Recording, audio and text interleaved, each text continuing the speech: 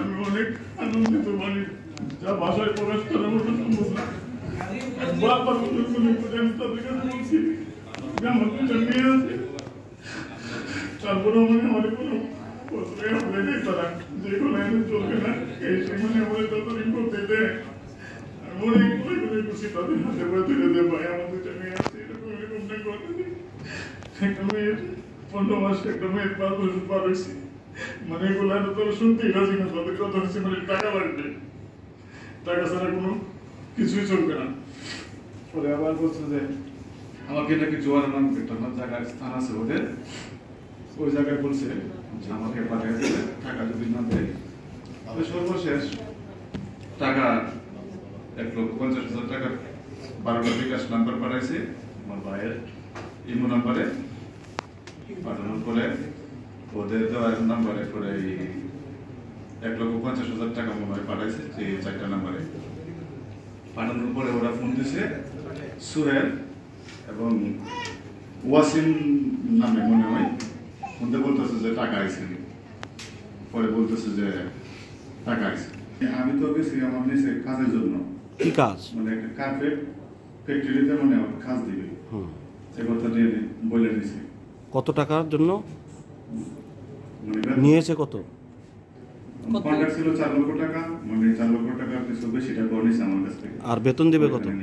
বেতন দিবে 30,000 টাকা বলছে। আচ্ছা, তারপরে পরে আমি ওই দেশে গিয়ে পরে দেখা গেছে আমি মানে ওদের চক্করে পড়ি, কপলা পড়ি, করার পরে দেখা গেছে মনে করেন যে আমার একটা রুমে নিয়ে বন্দি করছে। বন্দি করার পরে এখানে আরো লোকজন ছিল, আমার নিয়ে 12 জন। প্রথমে এই রুমে যাওয়ার পরে আমি মানে দেখতে পাই মানে রুমে আরো 11 জন। ওদেরকে মানে টর্চারিং করতেছে, মারধর করতেছে, মানে টাকা আনানোর জন্য বাড়ি থেকে। পরে আমারও বলতেছে যে একজন লোক মানে ওরে বিআই বলে ডাকে সবাই। আমি জানতে পারছি যে ও আমারে বলতেছে যে তুই আইসস, আমি বলি জি। পরে আরো 4-5 জন লোক আছে, ওদের নাম হচ্ছে দিলওয়ার, আরিফ, তারপর হচ্ছে রুহুল, তামকির। ওরা পরে এই সাইফুল আর হচ্ছে এই আবুল, হৃদয় খান, তামকির ওদের কাছে ফোন দিছে, মানে বলতেছে যে এই ওরে কি করবো, কি আছে বিষয়। পরে মানে আমার সামনে ফোন দিছে, আমি শুনতেছি, দেখতেছি, পরে জিজ্ঞাসা পরে বলতেছে যে তোরা শুরু কর, আমি আসতেছি, আমরা আসতেছি। পরে আমার কঠিন মানে নির্যাতন কঠিন মার দিচ্ছে আমার, বলতেছে এই বিষয়ে কোনো অজুহাত চলবে না, 12 লক্ষ টাকা মুক্তিপণ দেওয়া ওইখান থেকে মানে চলে যাবে, নাইতে নিজে তোর সাথে যে যে লোক আছে দেখ ওদের মতন তোর ভালো হবে। পরে রমজান মাস ছিল, আমার খাবার টাবার কোনো কিছুই দেয় নাই। রমজান মাস পরে তাদের সময় আমার হালকা পাতলা কিছু খাবার টাবার দিছে, পরে খাইছি। খাওয়ার পরে ওনারা আইসে, আসার পরে আমরা দেখে পরে একটু মেডিসিন নেওয়ার পরে বলতেছে যে বাড়িতে ফোন দেওয়ার জন্য। আমাদের কাছে কি অবস্থা, আরো অনেক কিছুই মানে সবগুলো আমি বলতে পারতেছি না। পরে বলতেছে যে বাড়িতে ফোন দিয়ে ফ্যামিলিরে বল যে 12 লক্ষ টাকা দিতে। 12 লক্ষ টাকা যদি না দেস তাইলে মনে করো যে মানে আমার মাইরে লাগবো, হাত কেটে লাগবো।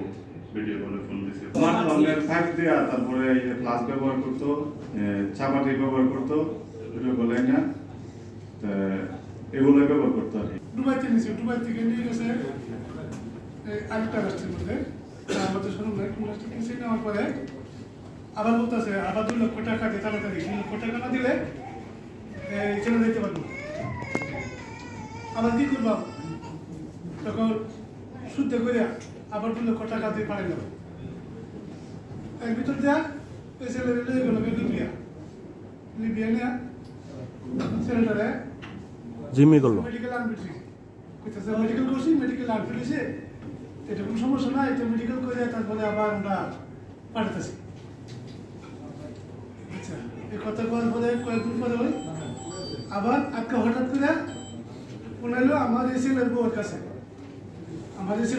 কইতেছে তাড়াতাড়ি 12 লক্ষ টাকা দেয়, 12 লক্ষ টাকা যদি না দেয় তাহলে তোর সাথে রেজাগুলা মানে ফেলাই দিব। 12 লক্ষ টাকা কিভাবে করতে পারবা? আমি তো টাকা বাজার মতো কোনো ভাবলে কি করবো? আমাদের কই